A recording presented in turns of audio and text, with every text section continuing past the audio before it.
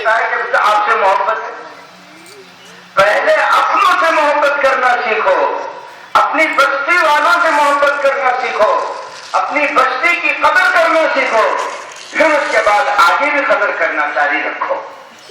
یہاں اگر کوئی قدر کرتے ہوئے، محبت کرتے ہوئے دوسری جگہ بھی محبت کرتا ہے تو اس کی محبت واقعی قابل تعریف ہے۔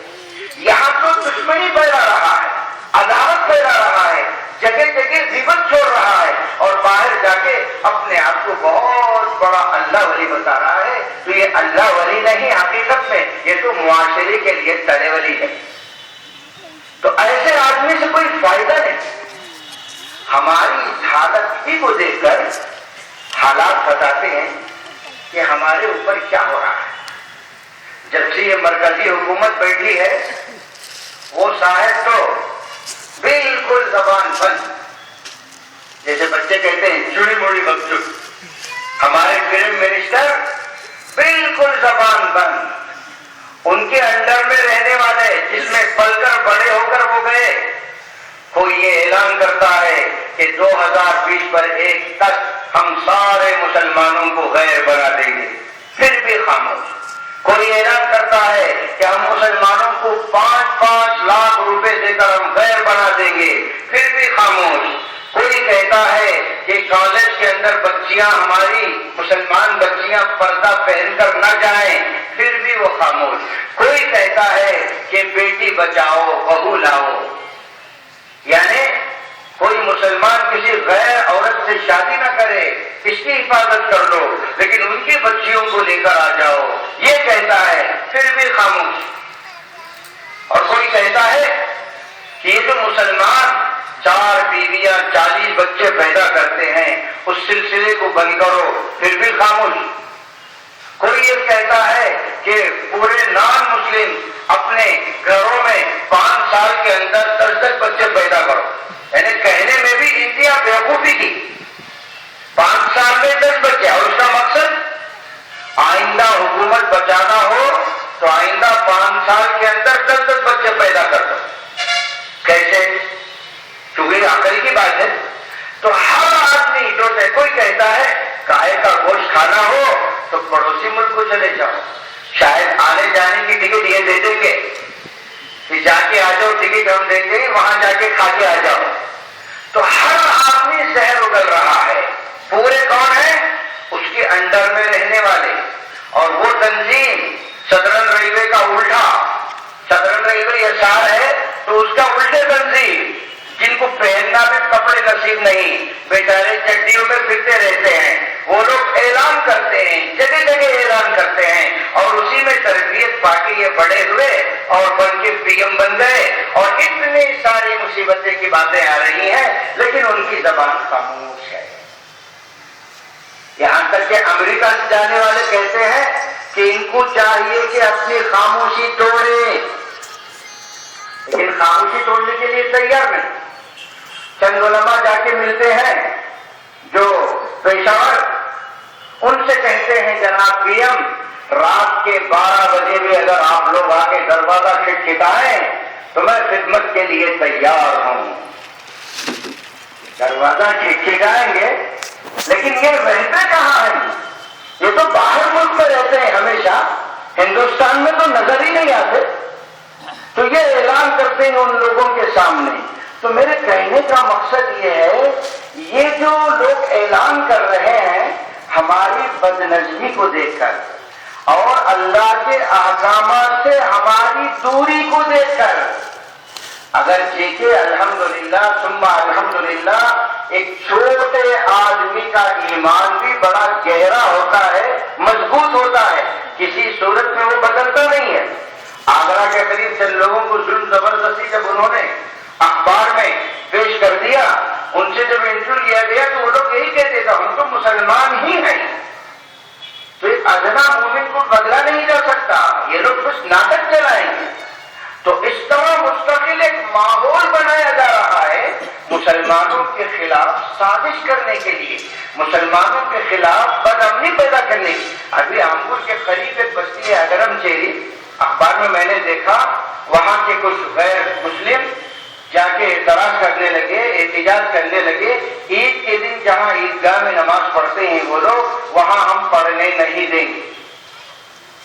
تو مستقل ان لوگوں کی ایک جماعت ایسی ہے جو اس قسم کی افراتفری مچا رہی ہے اور ہر جگہ پریشان کر رہی ہے، اور ان کا مقصد ہی یہ ہے کہ کسی طرح مسلمانوں کو پریشان کیا جائے اور ان کے درمیان سے امن کو نکال دیا جائے۔ لیکن باوجود اس کے ہم میں سے کوئی جاگنے کے لیے تیار نہیں، اور ہم میں سے کوئی اونگ چھوڑنا تیار نہیں، بلکہ ہم ہمارے نہج کو باقی رکھ رہے ہیں۔ آپس کی دشمنی، آپس کی عداوت، آپس کی نفرت، آخر ہم کب متفق ہوں؟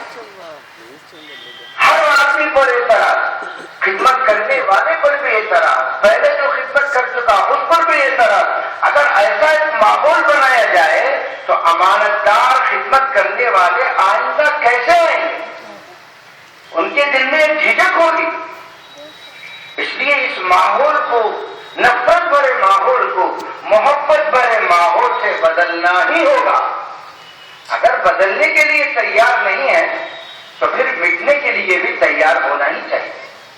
اس لیے کہ مومن کے تقاضے ایمان کے تقاضوں کے مطابق رہنا ہے۔ اپنے آپ کو مومن تو کہہ رہا ہے لیکن ایمان کے تقاضے پر عمل نہیں کر رہا ہے، ایک مومن سے محبت کرنے کے لیے تیار نہیں۔ رمضان گزر جاتا ہے، ایسا یہ مسجد سے دور ہوتا ہے جیسے اس کا اور مسجد کا کوئی تعلق ہی نہیں۔ ایک گاڑی ہانکنے والا ایک بیل کو ایک مرتبہ جب کسی گلی میں موڑ دیتا ہے تو دوسرے دن بیل کو موڑنے کی ضرورت نہیں ہوتی ہے، خود بخود مڑ جاتا ہے۔ جیسے میونسپلٹی کے زمانے میں بیل گاڑیاں کوڑا کرکٹ اٹھانے کے لیے تھی، سیدھے جا کے کوڑا کرکٹ کی جگہ، کچرے کی ٹوٹی کی جگہ کھڑے ہو جاتے تھے بیل۔ میں سنا کسی مدرسے والے نے ان بیلوں کو خریدا، بچیوں کو سوار کر کے جیسے ہی گئے تو برابر وہ ٹوٹی کے پاس جا کے بیل کھڑا ہو جاتا تھا۔ تو ایک بیل کے اندر ایک صفت ہے کہ کچھ دن عادت ہونے کے بعد اس عادت کو بدلنے کے لیے تیار نہیں۔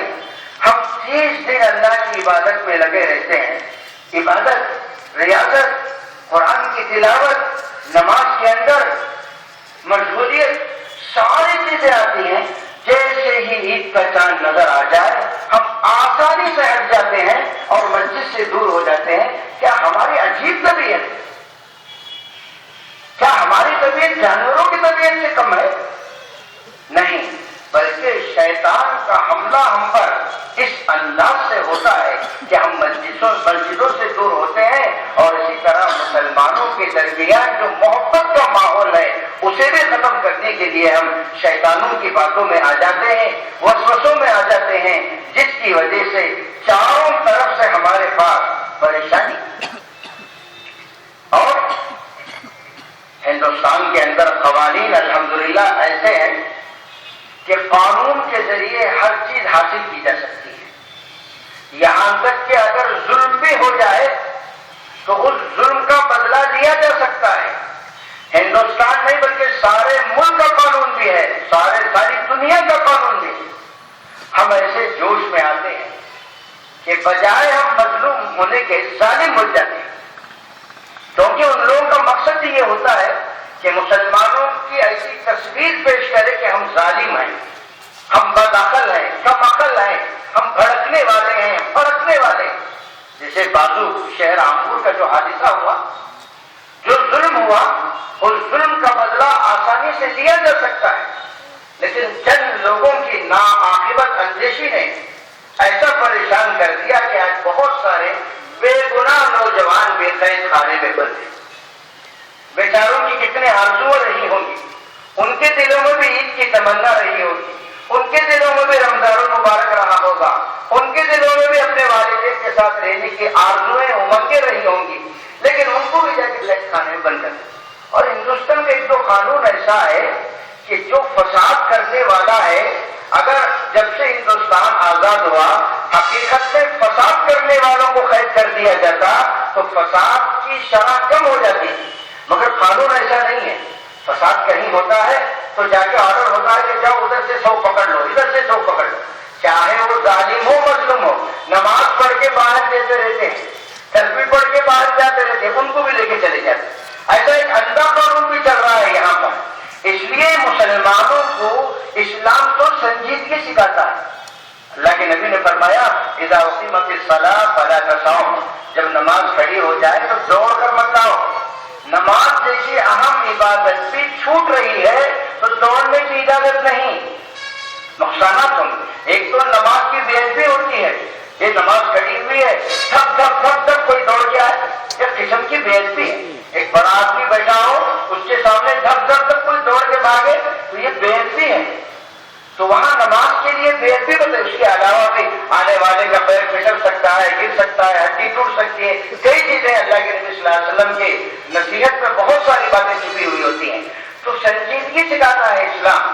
نماز کو آنے کے لیے خود جب یہ حکم ہے کہ تم دوڑ کے مت آؤ، اگر نماز ملتی ہے تو پڑھ لو، اگر چھوٹتی ہے تو اسے بعد میں پڑھ لو. تو اتنا سنجیدگی سکھانے والا مذہب ہم جا کے ایسے انداز سے اوباشوں کی طرح، بدماشوں کی طرح ایسے زوردار انداز سے بالکل ہم ہندوستان کو آزاد کرائے اہمسا کے ذریعے، خاموشی کے ذریعے، بغیر ہتھیار کے. ہمارے اور آپ کے آقا سرکار دو عالم صلی اللہ علیہ وسلم 13 سال مکے میں پورا صبر کی زندگی گزار رہے تھے، کبھی ہتھیار نہیں اٹھایا. صحابہ خود پوچھنے لگے تھے کہ کب حکم آئے گا، لیکن 13 سال انہوں نے برداشت کیا.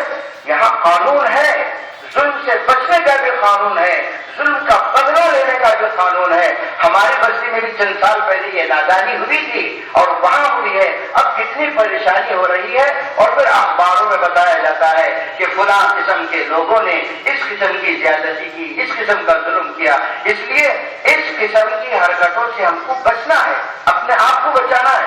یہ بعض لوگ اپنے آپ کو جوشیلے سمجھ کر اس قسم کی حرکتیں کرتے ہیں. بستی کے اندر بھی جب تک بڑے لوگ مل کر کوئی فیصلہ نہ کرے اس وقت تو کوئی کسی کا ساتھ نہ دے. اس طرح ایک انداز ہونا چاہیے. تو چاروں طرف ہمارے لیے ہم کو بدنام کرنے کی کوشش، ہمارے اوپر مظالم ڈالنے کی کوشش، لیکن کوئی بھی آواز اٹھانے والا نہیں ہوتا ہے ہمارے لیے. امریکہ بھی ظلم کے خلاف آواز اس وقت اٹھاتا ہے جبکہ مظلوم مسلمان نہ ہو، کوئی اور ہو، یا پھر جہاں پیٹرول پیدا ہوتا ہو وہاں پر جا کے آواز اٹھاتا ہے. صرف مسلمان میانمار میں کٹ رہے ہیں، 1 سال کے اندر 2 مرتبہ زبردست خون کشی ہوئی، خون ریزی ہوئی، لیکن کوئی آواز نہیں اٹھاتا ہے. تو یہ ہمارے اندر جو آپس کی الفت نہیں ہے، آپس کی محبت نہیں ہے، آپس کی عداوت نہیں ہے.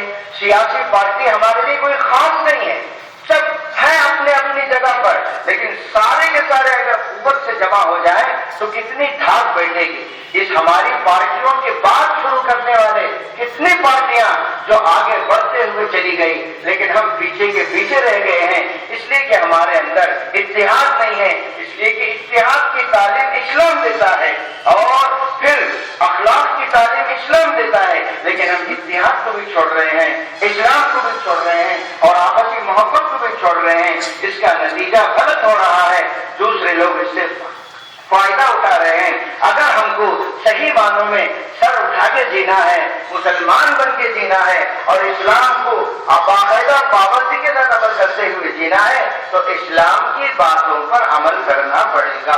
اگر اسلام کی باتوں کو چھوڑ کر ہم عمل کرتے ہیں تو پھر پریشانی ہم کو آتی ہی رہے گی.